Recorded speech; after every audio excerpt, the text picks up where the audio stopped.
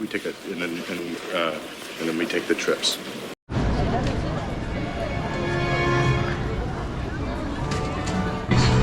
You got the very best guide. Today. And the greatest driver. Bye. They're the best. I love them. Even though... Let's go with Mike. Owes me $5. I know you guys are excited to get on the tour, but first, a few safety rules. Okay, let's get these safety rules out of the way first, shall we? First things first, if you're experiencing a medical emergency, if you drop something of value off the side of the tram, or maybe at some point your car experiences audio or visual issues, don't worry. What you're going to do is reach up and grab on the red cord that runs directly above you in the center of the tram ceiling. I'll then come back there to assist you so it's safe to do so. Otherwise, just remain seated. Car 1, you guys are right in front of me though, so there's a problem. Just let me know, okay? Now, I should not have to say this next part, but due to recent events, I have to, so I'm going to go ahead and pause the music for this one because it's pretty serious, okay? Do not ever, never, don't even think about jumping off of this tram. Thank you. I'm so serious. I don't care who we see, y'all. I don't care if we drive right past Dwayne The Rock Johnson. If I have to stay in this chair as we drive past the love of my life, then everybody does, you know? I don't really know how else I can emphasize how serious it is to stay in your chairs, but that's as serious as it gets.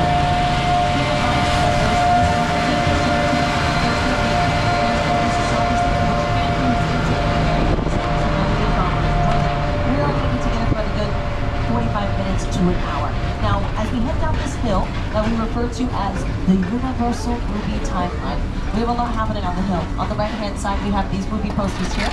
Here at the top are the posters from the classics that we know and love. By the time we get down to the bottom of the hill, we'll be seeing posters from the blockbusters of today. Now, our movie studio, our television network, our streaming service, we're always in the process of trying to come up with new content for the world to enjoy. But the theme park also has something new headed its way. TBD, but if you guys take a look to the left-hand side, I want to point out this construction because this construction has garnered a lot of rumors, a lot of questions. So I want to just clarify what this is going to be. I'm going to squash some rumors today. The first rumor that I will confirm is that this is going to be a roller coaster. Our first major roller coaster here at Universal Studios Hollywood. Second is that its theme will be the Fast and Furious franchise. So if you're a Fast fan, check. If you're a roller coaster fan, check. It's going to be epic. Now, it's very early days, so we don't have an opening day for this just yet, but stay tuned with all things regarding this progress and this expansion plan through our website as well as our social media accounts. So the theme park has something new headed its way, but right now the industry is very busy, full of new TV shows. This is the time of the year called pilot season. Has anybody heard of pilot season before? It happens every year. It runs from January to end of April, sometimes early May, depending on what we need out of production.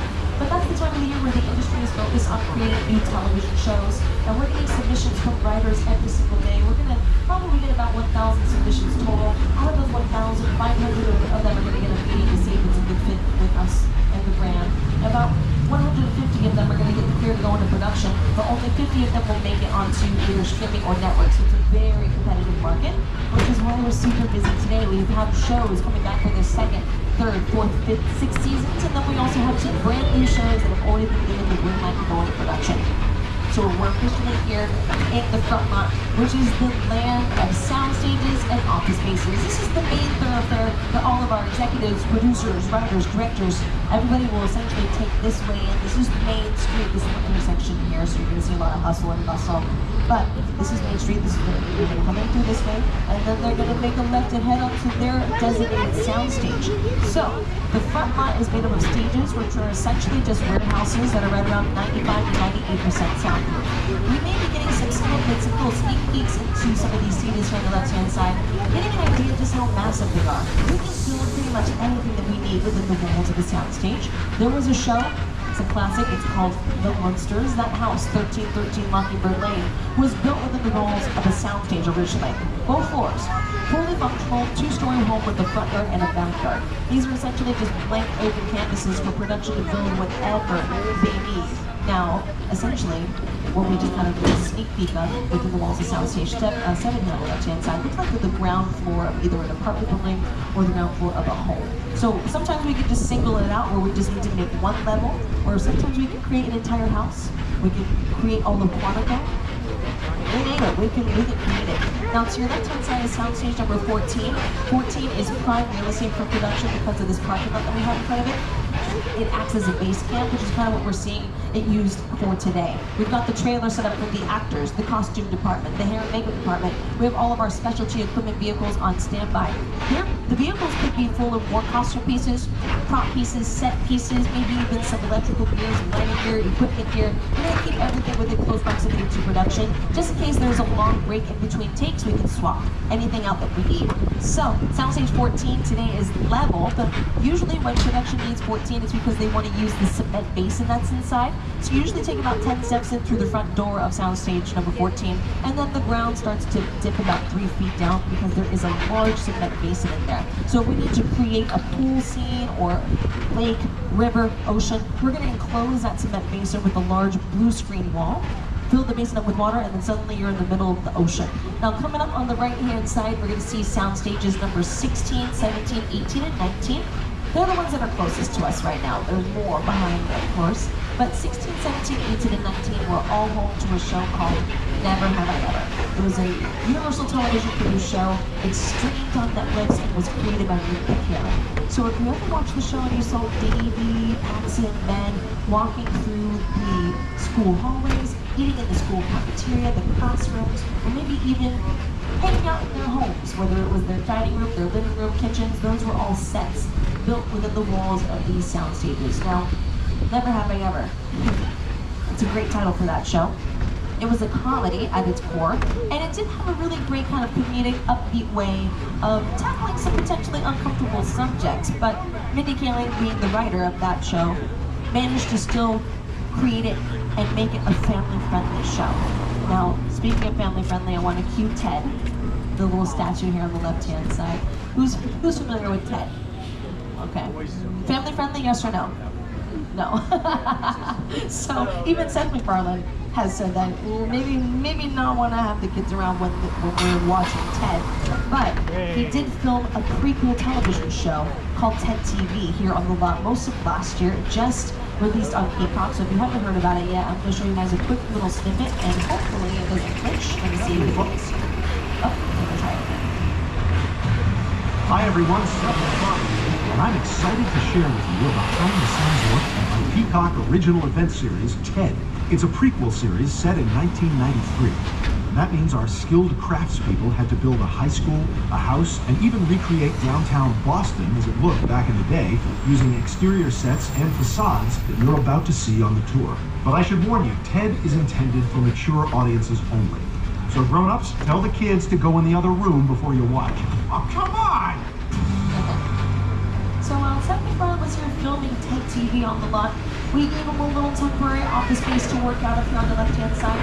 What we're seeing today is office spaces to some pretty major production companies, writers, producers, directors, casting directors. Now, because our clientele is really high profile, I'm no longer allowed to point out which office space belongs to who. So, sorry Dwayne, but keep your eyes peeled for $7 Production. They're owned and operated by Dwayne Johnson. Monkey Paw Productions, owned and operated by Oscar winner Jordan Peele. Mark Platt Productions, they're producing Wicked with Ariana Grande, Cynthia Rubio, and Dolly the Billy Richard. The D. The Dentist Company, and we also have the Liquidation Entertainment here on the box. So we work with a lot of amazing production companies, independent producers, you name it. Now to your left-hand side, these are sound stages numbers 25 and 26. Currently they're home to a show called Lopez vs. Lopez. It's George Lopez in active production today as well. Sometimes we can see some of the cast hanging out, some of the writer rooms, which is what we're seeing, these windows that are tram-facing. Super fun. This is also where we have filmed in the past Hairspray Live, World of Dance, Brooklyn Nine-Nine, and the return seasons. Hi! Oh, how are you? Guys, stop it. Nice. Make sure you guys get pictures. Fluffy. Oh my gosh. Guys, this is what I mean by keeping your cameras on. Damn! You never know who or what you're going to see. Was that planned? Nah, probably not. He's just looked like he's trying to get somewhere, trying to enjoy his day. So I hope you guys got pictures. And you never know. We're going to run into more productions later on, so definitely want to keep your cameras out. We're going to make our way over to the Metropolitan section. We might run into Buffy again. He looks like he's going for a little stroll. We'll see. Now, these trailers here that we're starting to set up on the left-hand side are for Bel Air Season 3. So they're going to be taking over the Metropolitan section here very soon. So because of Bel Air and all of the preemptive production that we're waiting for, we have to take a kind of alternate route through the Metropolitan section today. We're still going to see some really cool stuff. I'm going to try my best to point out as much as we possibly can. But we're going to spend most of our time in London Square, which is on the other side of this steel infrastructure wall. Now, London Square, when you see it, it's based in the Regency era of London. And if you need a reference point, think Bridgerton. Bridgerton is based in the Regency era, but this is our take on that era. Bridgerton actually filmed on location in the UK. Now, this has been seen in Austin Powers, The Spy Who Shagged Me, the season 7 finale of Criminal Minds. Now, as we round the corner, we're going to see this really cool mural here on the left-hand side. It's completely painted in HD paint. Some of the windows on the mural are reflecting what is on the right-hand side of us. Generally, we're never going to get this close to the mural with the camera. This scene from Bruce Almighty uses this mural perfectly. Grace, the door! I'm in the shower! It's like that. So, It's like good. the pause it here. Because on the right-hand side, once we clear this building, I want you to take a look down that street on your right-hand side past the golf cart, and you will see Brownstone Street, which is the same street that Jim Carrey sent it on your screens from Bruce Almighty. It's also been seen in Home Alone, Alone in New York. It's also been featured in the Mindy Project as well. Outside good.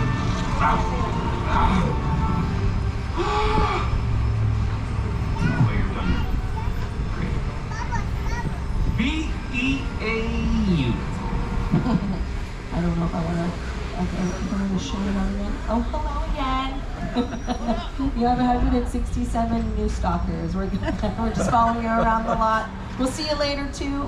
We'll catch you at the Western sets. That's nice to go for a little stroll. Now, we are heading up the hill, taking a stroll away from our physical sets to check out our first digital aspect here on the studio tour. So our next stop is King Kong 360 3D. So do me a favor, turn the flash off the cameras and cell phones. Hold on to your belongings and remain seated. If you have anything on the floor, pick it up now, put it on your lap or blue seat next to you, as we will be experiencing extended tram movements. If you still have weapons on the ends, you have about a minute to figure that one out. As you do, I'm going to pass it over to Peter Jackson quickly to give us some insight into the creation of King Kong 360 3D, if we have enough time to do that. Okay. Here's Peter Jackson. The Universal Tram is winding its way through a very rough, narrow trail in Skull Island, allowing the visitors a little sneak peek at some of the wildlife of Skull Island.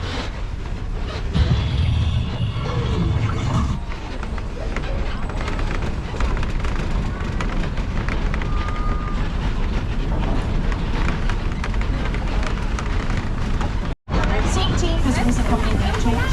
They actually have 7 Oscars for their work on Avatar, The Lord of the Rings trilogy, The Planet of the Apes, The Hobbit, The Jungle Book, King Kong, and now Avatar: The Way of Water. They've also worked on Marvel's Avengers: Infinity War, Endgame, Black Widow, and Black Panther. They're masters of what they do. Speaking of Marvel, I want to point out New York Street, because we didn't get the chance to talk about it when we were trying to say hi to Fleming, but on your left-hand side across the way there is our beautiful New York Street that has been seen in Captain America: The First Avenger, The Amazing Spider-Man, Spider-Man 2, Changeling, The Blues Brothers, every single Fast and Furious film. It's also been seen in shows like SWAT, Brooklyn Nine-Nine, Good Girls, 911, Keenan, Hunters, Will and Grace, How I Met Your Mother, Quantum Leap, Ted TV, The List is Endless. Today, it's in prep mode for Bel Air. So it's, of course, not in the least bit surprising that we have production in the process of starting over at New York Street, because it's one of the most popular parts of our lot. It can't be transformed into any major metropolitan city in the world we need it to be, even though we call it New York Street, just to have a reference here on the studio tour. Now, when the Fast and Furious films are taking place here on the lot, they always technically know we just have to keep it low key. We don't really want a lot of people knowing that we're here. We want to keep some sort of secrecy about the movie, and we're like, of course, no problem. And then they park the cars for everybody to see, and it's like almost impossible for them to hide, especially with the cars. The fans, they know the cars. Sometimes they know the cars better than they actually know the storylines and the characters themselves. So if cars are your thing, then today is your day. To your left-hand side, we have some really cool picture cars from different movies and different shows over the years. These cars will be on display for the foreseeable future. If these will be pulled for production, it's probably because they're part of the Fast family or the Jurassic family. So speaking of Jurassic, we're going to see the gyrosphere on the left-hand side. from Jurassic World. It is missing the glass casing that it had in the film because it was actually never there in the first place. The glass was added in digitally. If you film through glass, production runs the risk of seeing the camera crew and the reflection. We can't have that. Now the army tank here at the end in the Transformer section is M2 Bradley. It looks good, but it's literally made of plywood. Yeah, it's plywood. We leave it outside on purpose, let it be exposed to the weather. The weather over time will age the wood. So by the time we need to use it for production, we're good to go. Easy, affordable, movie magic. What's never easy or affordable to make, no matter what we try to do, is anything that has the word Jurassic in it. That also includes the Lost World Jurassic Park. This film stars Jeff Goldblum, Julianne Moore, and Vince Vaughn. There's a lot happening in the scene, but I'm going to pause it here to focus on the car. This vehicle on your screens is called the Mobile Lab. It is also made of plywood. Now the windows are very deceiving on the car because they're making it seem like there's either stuff or people in the vehicle, but the windows are actually just LED screens simulating some movement. So when we cut to the interior of the car and we see Julianne pull from this side to the other, well, that's a set built within the walls of a soundstage. To your left-hand side is the exterior of the car, again called the Mobile Lab, made of plywood. The windows, sometimes for the evening tour when it gets dark out, we will use those windows to simulate movement. It's always going to be a velociraptor attack or maybe even a Dilophosaurus. They're the ones that have a little crest up.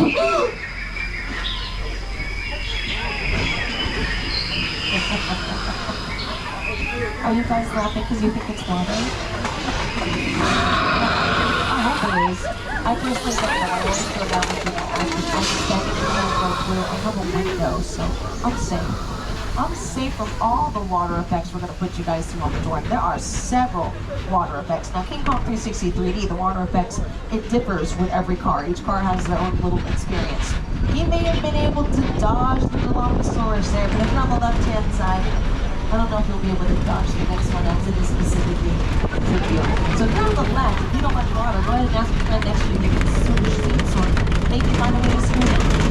Really work cover whatnot. This is our next film. The goal of the main goal basically is to show you how to create rain for film and television. So car one, we have a little bit of production happening ahead of us in our western set, car one. So because of that, we're kind of running off the lake. And then what's going to happen? It's going to happen behind us to the left. So if you just look over your left shoulder, car one. If you need to stand up here in the front row, that's okay as well. Let's go ahead and cue the rain, please. There we go. So we're sending water up through overhead filter system, letting it fall down to the ground naturally. If production is here right now in this moment, trying to film this rain, this may be enough. Well, we have a little bit of natural light helping us out today with the visibility, but generally speaking, if we were filming a little later in the day when we've lost this natural light, we're going to add probably about 20 to 30 minutes more water on the as you see. Now, regardless of what time of day it is, we usually will add a little bit of powdered milk into the water. We give it a pop on camera. I know it's weird, but it helps with the visibility. It keeps it looking beautiful. Great. Making it with not milk for you guys is that black blood. Oh my gosh, you pour back to cars 3 and 4. You make it a pop so much fun. You can kind of see it going to the booster and kind of see it.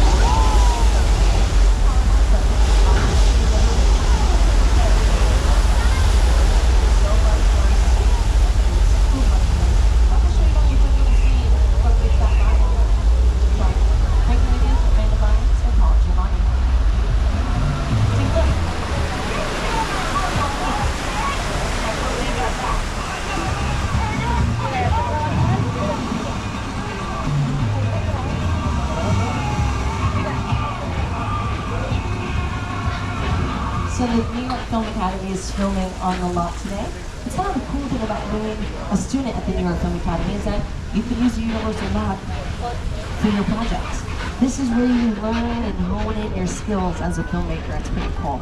Now, they happen to be filming on a lot that has the longest standing history with one of the greatest directors of all time. His name is Steven Spielberg. Now, Steven Spielberg is featured many times here on the studio tour in more subtle ways than other. This, on the other hand, not very subtle. This is our version of Amity, associated with Steven Spielberg's Jaws. Thankfully, our version of Amity is nowhere near as problematic as Steven's. We have a police diver, his name is George. When we bring the trams through, George puts together a reenactment of the story.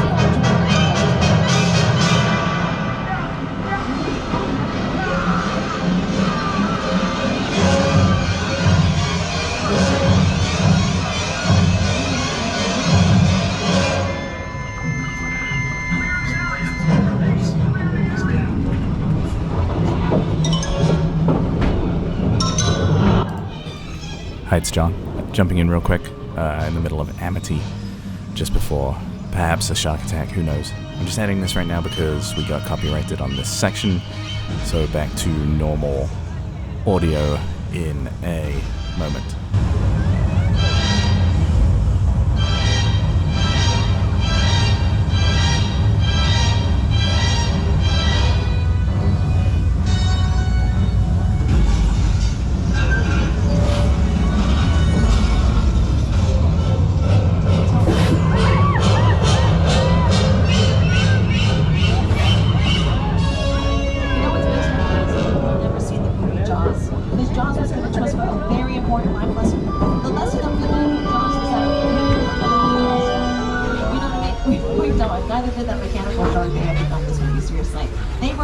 For weeks in a freshwater pool, and this shark worked perfectly. But the second they took it out to the ocean, that was what changed everything, because the salt water rusted away that shark within 2 weeks of production. One day the shark just stopped working completely. I'll run down what that means, but I just want to give you guys a heads up that we are going to go through Old Mexico one more time. We have to take a little shortcut today through this set, so if you didn't get a picture of it the first time, you have another opportunity to take a picture of it now as we travel through in just a few moments. But back to Jaws, okay? So this shark, they had stopped working 2 weeks into production, and this is how Steven Spielberg saved the movie when it happened. In the scene that we're going to rewatch, we're going to notice now that we never actually see the shark in this scene at all. And this is because this is one of the many days of production that the shark did not work for Steven Spielberg. So instead of trying to force the shark to work, he transformed the camera into the shark instead. We see the camera get closer and closer, and right when we should see the shark strike, we don't. We've cut back to the surface. Steven Spielberg in this moment is allowing us to fill in the gaps by using our imaginations, by purposely keeping that gap in there. This is what transformed this movie into a psychological thriller. It's also what made it scarier than it was ever supposed to be. But it actually did not stop people from lining up around the block to get tickets to see this movie in theaters this summer of 1975. And that's how Jaws got its name as the first ever summer blockbuster. So all those big movie releases that we wait for in the summer, because we know they're going to be epic experiences, that's because in 1974, Steven Spielberg was running 100 days behind the schedule on a movie that we will know and love as Jaws.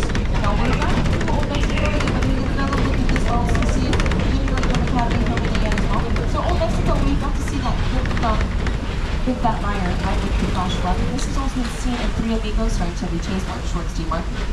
And it's also been seen in Lady Gaga's music video for her song Judas. It's also been featured in season 2, episode 2 of a show called Monk. The episode is called Dr. Monk Goes to Mexico. And it's also been featured in Criminal Minds and Criminal Minds Beyond Borders with Gary Sinise. So it is not just known for Big Fat Liar. It has a long, rich history as well, connecting to our Western films as well. So we're going to head up the hill, officially making our way into the suburbs. We have to kind of be a little careful here, at least by we I mean me, because we are prepping for Quantum Leap over here as well. As of right now, there's no need to jump off the microphone, but as we get a little bit closer to that street, I just want to make sure that they haven't started filming. So much can happen by the time we leave the load line and by the time we actually approach production. There could be no need for a quiet zone, and then you get here and there's security trying to get your attention, so I'm just trying to be mindful of that. But as of right now, I think we're okay.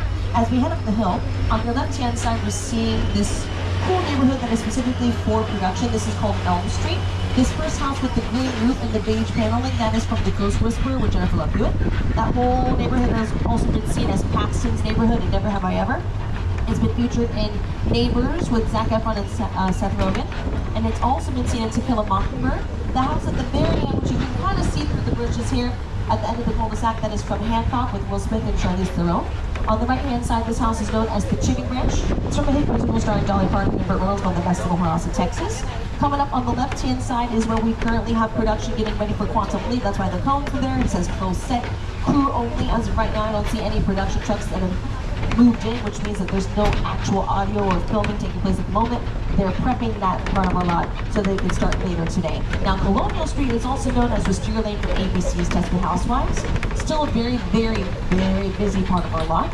And, you know, over the last few years, it's been seen in Neighbors 2, A Sorority Rising with Zac Efron, Seth Rogen, Chloe Grace Moretz. It's also been seen in Wine Him with James Franco, Bryan Cranston.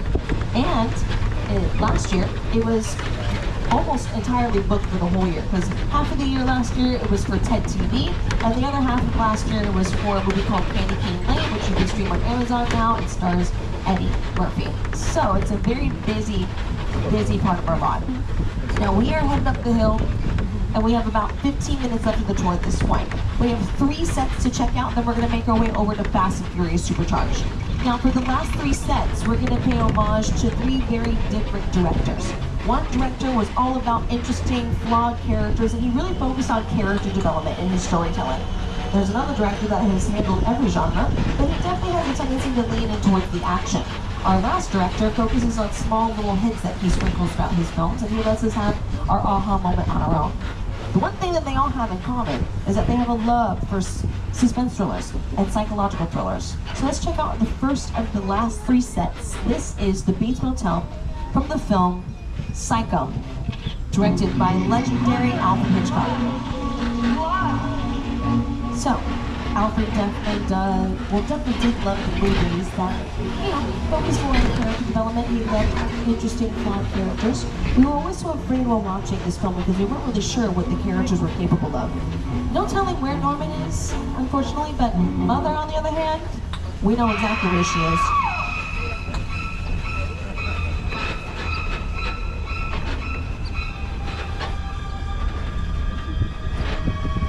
Probably watching me.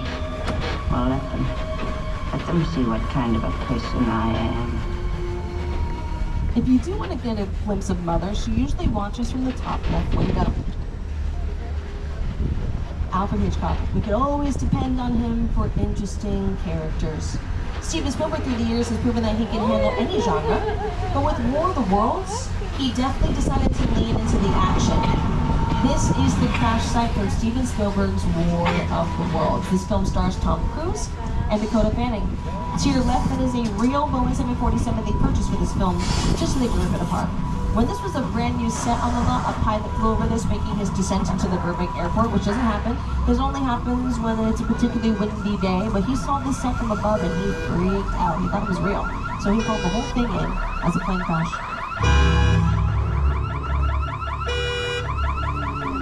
The airplane crash site set is a perfect example of a set that Every director has their own sense of style. And that especially can be said for Jordan Peele, who gives us really cool, interesting, down-to-earth characters, and then he puts them through out-of-this-world situations. So what we're about to see is a set called Jupiter's Claim. It is all the original pieces brought in from the last day of a movie that stars Daniel Kaluuya, Keke Palmer, Brandon Perea, and Steven Yeun. This film released in July of 2022, and it is written, produced, and directed by none other than Oscar winner Jordan Peele. Welcome to Jupiter's Claim from Nope.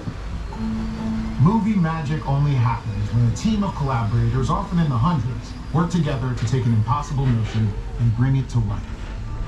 This is Jupiter's Claim, a nostalgic, small-time Southern California amusement park owned by former child star Ricky Juke Park.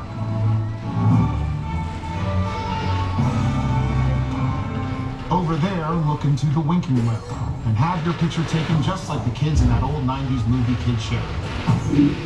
That's what this whole place is loosely based on. Remember that one? No? Why? A little further down, you can see the brand new Star Lasso experience. Built to showcase an unbelievable new live show. Live. Anyway, behind this Oscar fantasy, old Rush Frontiers down, lies a sinister secret. It is smack dab in the center of your content. Welcome to the world of no.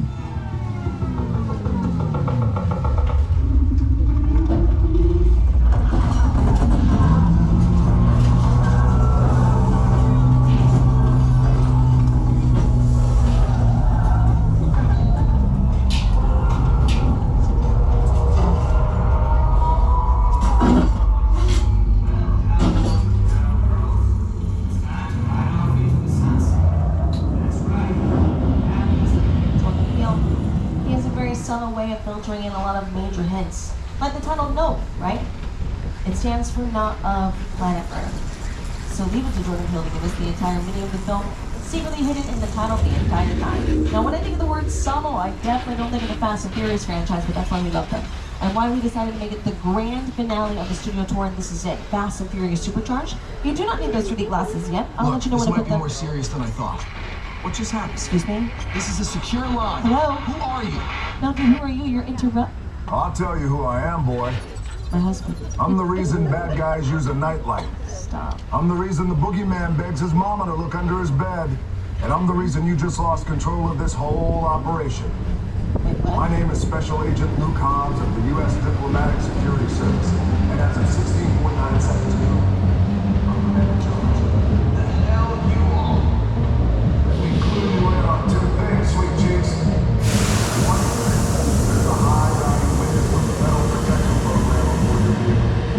Two, international crime syndicate by Jaws is pointing in on this vehicle to take that witness out. Jaws is ruthless as the dog. He'll stop at nothing to eliminate his target. Every living soul on this vehicle is in serious danger. Other than that, you're the right. This is not your jurisdiction. It is now, Snake Pickle. I'm so tired of you saying I step in and just whatever you feel like. You do. Don't you? That's me. Roll over your vehicle to the control. Till then, remember to stay calm. You're the right. Taking care of business. Hobbs out.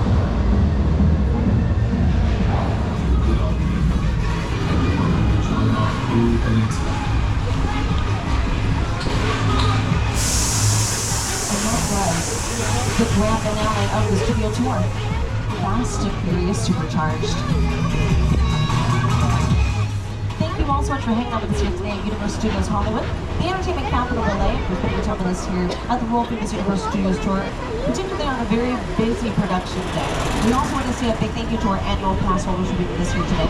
If you're not a pass holder, maybe head on over to the Universal box office for you guys to see how you can go about upgrading today's ticket into an annual pass. This way you can come back again and again. Definitely to make the rest of your day with us a little easier. Download the Universal Studios Hollywood app to get up-to-the-minute park information. It will give you showtimes for the Wizarding World of Harry Potter, help you navigate right through Super Nintendo World, as well as confirm what time the park is closing tonight officially. My name is Tiffany. My brother is Mike. Thank you so much for letting us take you around the Universal Studios lot to show you how we do movie magic. We're grateful you're here with us today. Of course, we hope to see you again very soon. But until then, have a happy new year. Make sure to make the most of 2024.